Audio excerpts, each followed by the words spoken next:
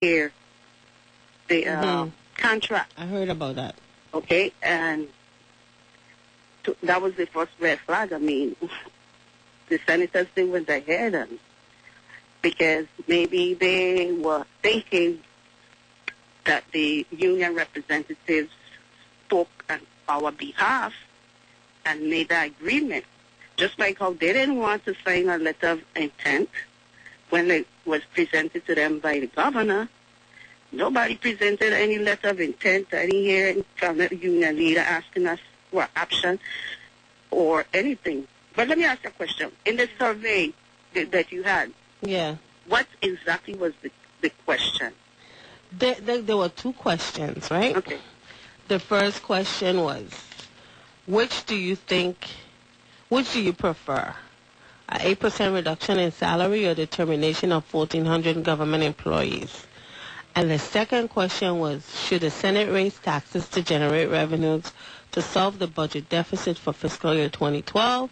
And then we had five different types of taxes, and you choose two: sales, excise, income, gross receipt tax, and a sin tax, which is on alcohol and tobacco.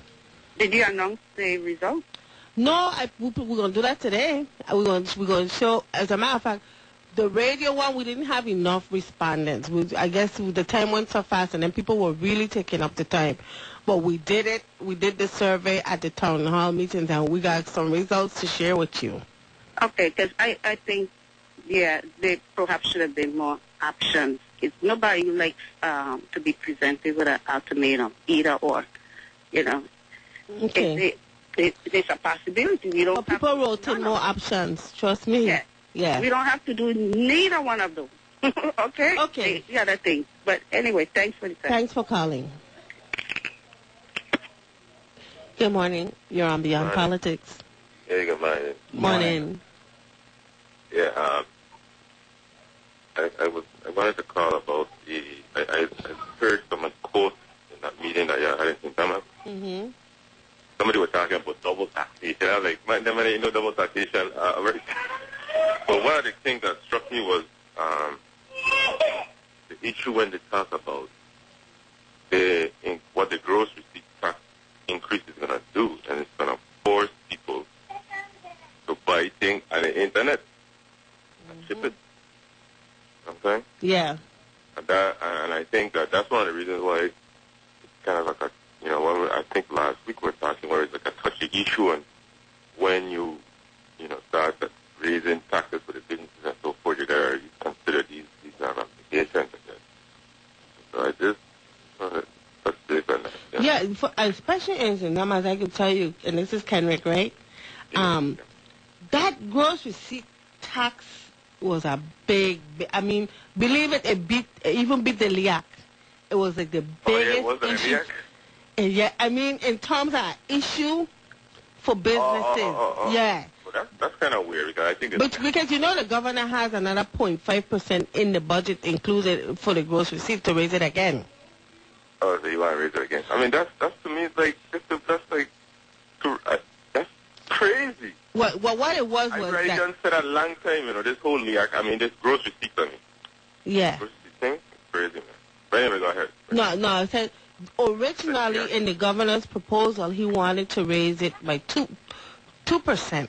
And the senators, as a compromise, because the business people were knocking their doors down, telling them they can't take no more in gross receipt taxes. Yeah. They only did 1.5% increase. So the governor going after the other 0.5% in the budget. So that's... It wasn't it 1 that he proposed and then it went 0.5 and now he wanted the other 0.5? No, it was 2. And they yeah. Right? That's like you've got to be a madman. Because if that's 2%, you're talking 6%. By the time it comes to the consumer, it's going to be at 12% mark. That's why it was the biggest issue in the town hall meeting. And St. Thomas especially. Kill business, man. People will just buy everything on the internet. You might as well use it shipping your food. Let me tell you something. The town hall meeting, and I'm talking especially on St. Thomas, those people ain't budged. For everybody, that was a common thread. That was the killer. It's that was spoke about much furthermore than the LIAC. Could you believe that? But That's how serious it is. Well, see, because for them, you know.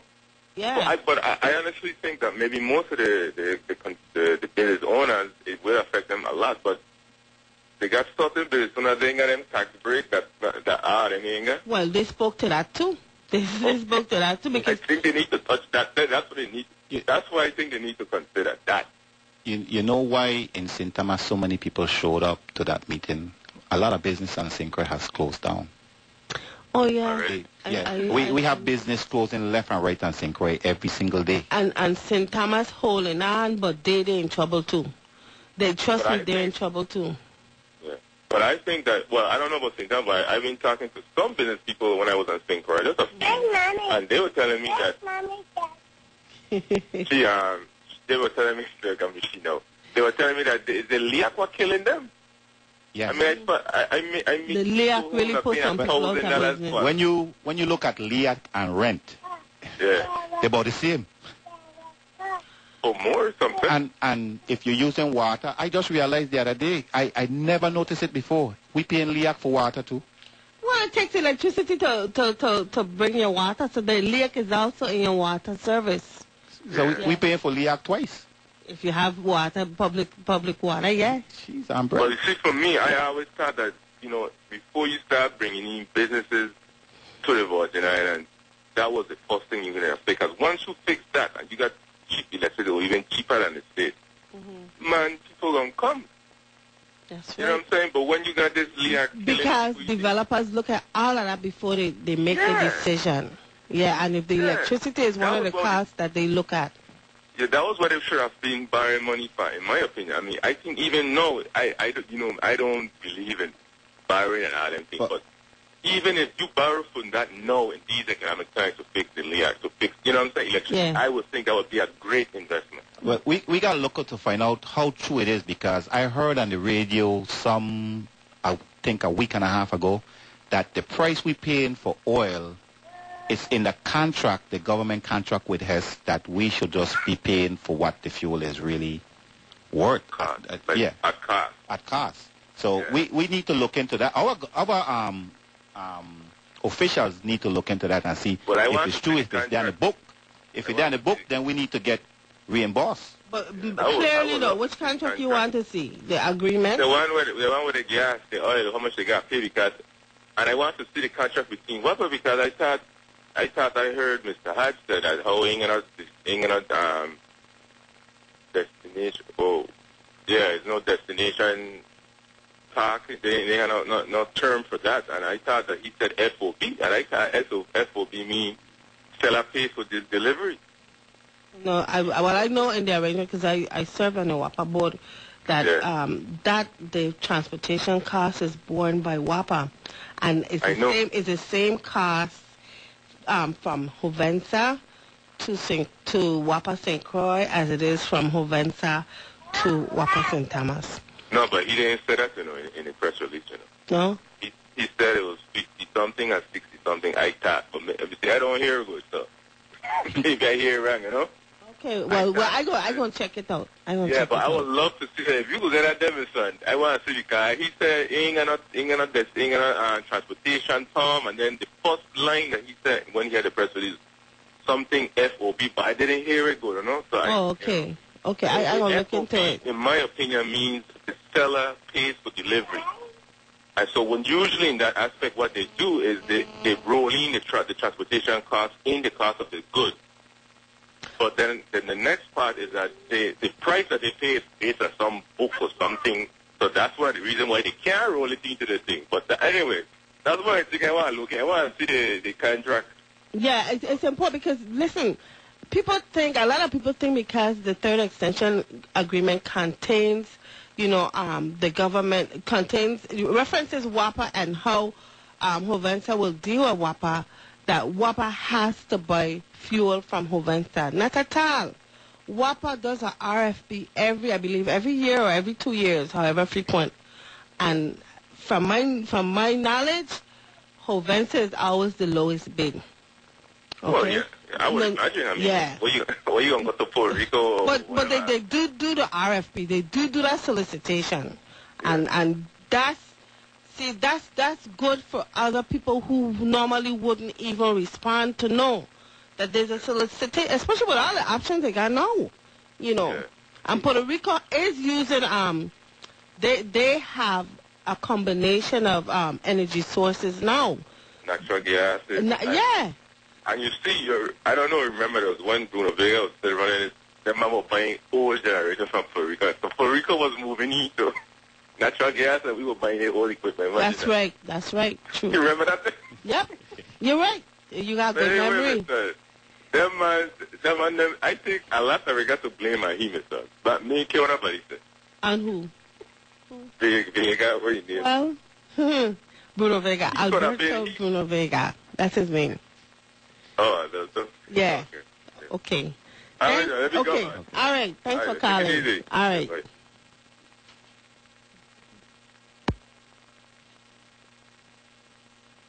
Good morning, caller. Greetings and morning again. Yes, morning. Welcome. You got 3 people there, right? Yes. And one sister is from the Philippines, right? Yes. Yes. What's her view on this situation with the 8% and the union and the Just contract? get up. She just stepped out. Just step out. Well, when she come back, I could pose it to her. What's her view on it? And She's a teacher.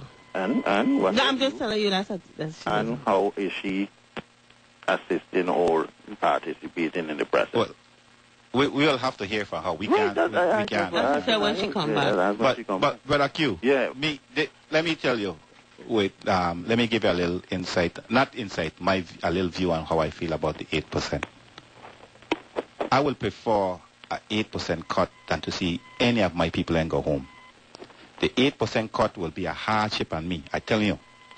The way I would, He's a military man, you could deal with that. yeah, but the way I would have looked at the 8% if I was trying to impose a 8%, being that the next budget hearing gonna be maybe in 2 months or less than 2 months, I would have imposed the 8% for just 2 months, and then after the budget hearing, then we'll have to make adjustment. If we're trying to make a quick fix, not to set people home, we can't put an 8% and say it's going to be for 2 years.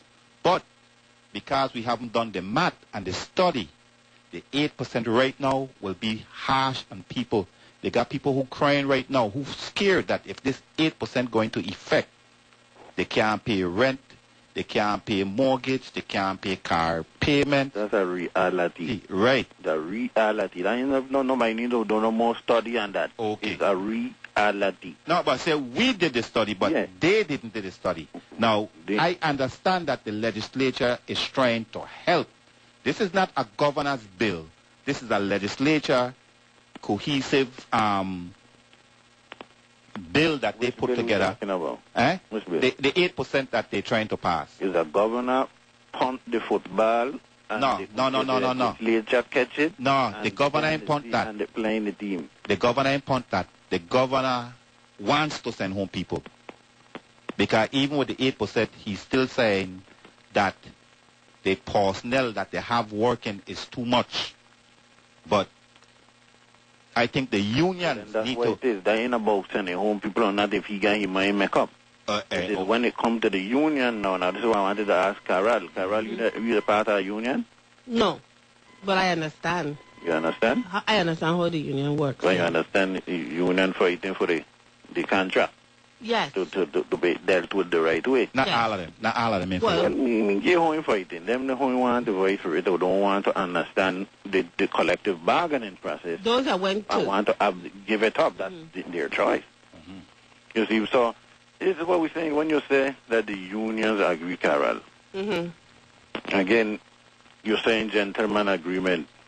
Yeah. The proposal to the unions, and you go correct me if I'm wrong, because you're in this business longer than me. The proposal to the people was, look, here it is, I walk up to you. We want to take 8% or send home everybody. That's the proposal. And But there was the discussion union is about saying- other options,